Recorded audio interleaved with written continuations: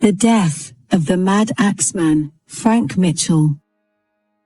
He had become an embarrassment and the Krays decided the only solution was to kill him. The Mad Axeman Frank Mitchell escaped from prison on the 12th of December, 1966. Escape, however, is a far too dramatic word for what really happened, as he just casually walked away from Dartmoor prison while with a small work party out on the moors. Mitchell asked the sole guard for permission to feed some Dartmoor ponies nearby. His request was granted. He walked over to a quiet road where a getaway car, containing associates of the Krays, Albert Donahue, Mad Teddy Smith and Billy Exley were waiting for him, and they drove to London, where the Krays put him up in a flat in Barking Road in East Ham. It was over 5 hours before Mitchell was reported missing. It was another madman, Mad Teddy Smith, who had suggested the caper to the twins. Smith was, amongst other things, a playwright, but his imagination often got the better of him, and he had a difficult time telling reality from fiction. The plan was to break Frank Mitchell out of Dartmoor as a protest about his treatment. It would be, according to Mad Teddy Smith, a bit of a media event, and it would be good public relations for the twins. The Mad Axeman had phoned the twins for help, and Ron, in particular, was interested in doing something, especially something big like breaking a man out of the moor. Mitchell was a giant of a man, with big hands, big feet, everything big. He was 37 years old, and was serving a sentence of 18 years. Albert Donahue and Mad Teddy Smith drove down to Dartmoor, and found the pre-arranged meeting place. Mitchell had already been informed of the plans by telephone and already knew the location of the telephone box as he regularly roamed the moor, having been given complete freedom by the guards. Not only a huge man, he had once been certified insane, so he wasn't a man to argue with. As Mad Teddy faked making a phone call, the Mad Axeman slowly walked over the hill and to freedom. Mitchell quickly got changed out of his prison gear and into something more suitable as they were afraid of roadblocks once the escape was discovered.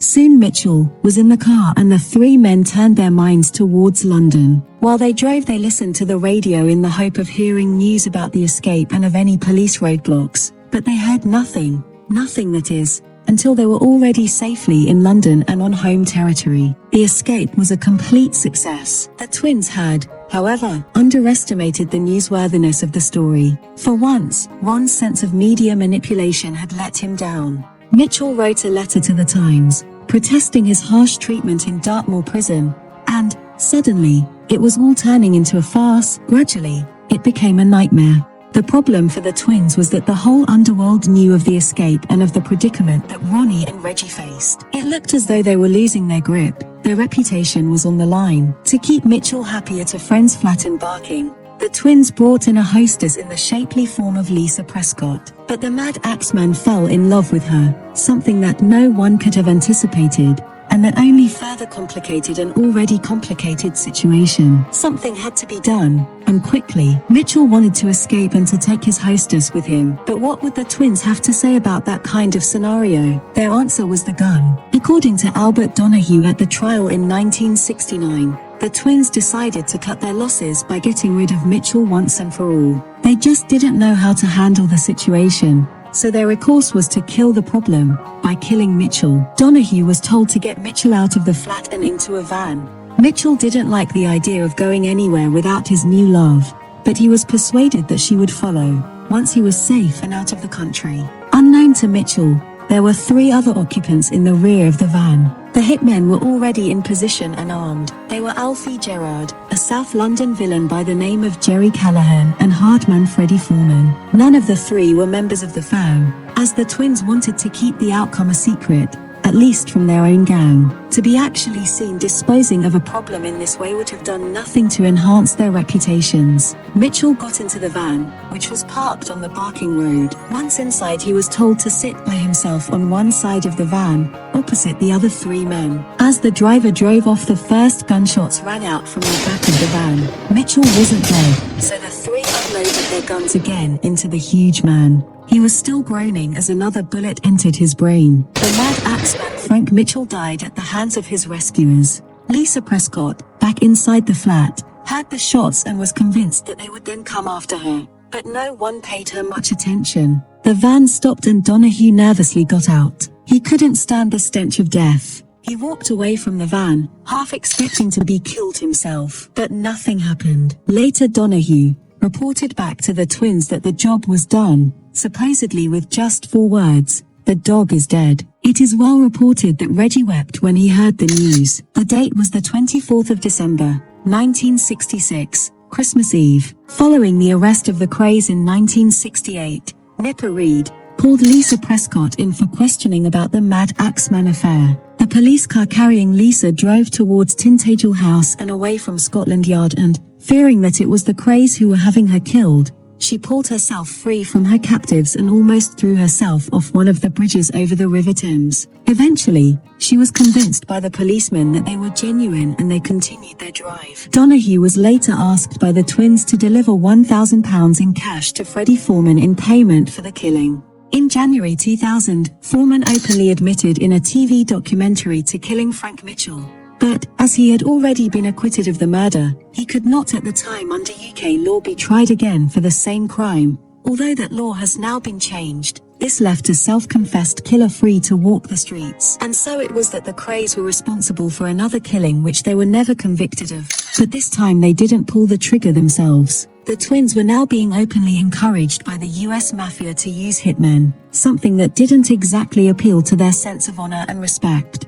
To the Krays, men should be men, and they should be seen to be so. Someone once asked Ronnie, while he was in Broadmoor Hospital, what actually happened to Frank Mitchell. And Ron answered, "I like to think of him peacefully settled in Australia or South Africa." Even then, Ron would not own up to his part in the killing. And now that they are all dead, there will be no more questions to answer. In the eyes of psychologists, this behavior by Ron is called splitting. In his case, being a paranoid schizophrenic, it is quite understandable, since he has replaced his bad memories of Frank Mitchell with a vision of what could have happened. This is a typical schizoid defense mechanism, whereby the traumatic event becomes an internal object, thought or phenomenon.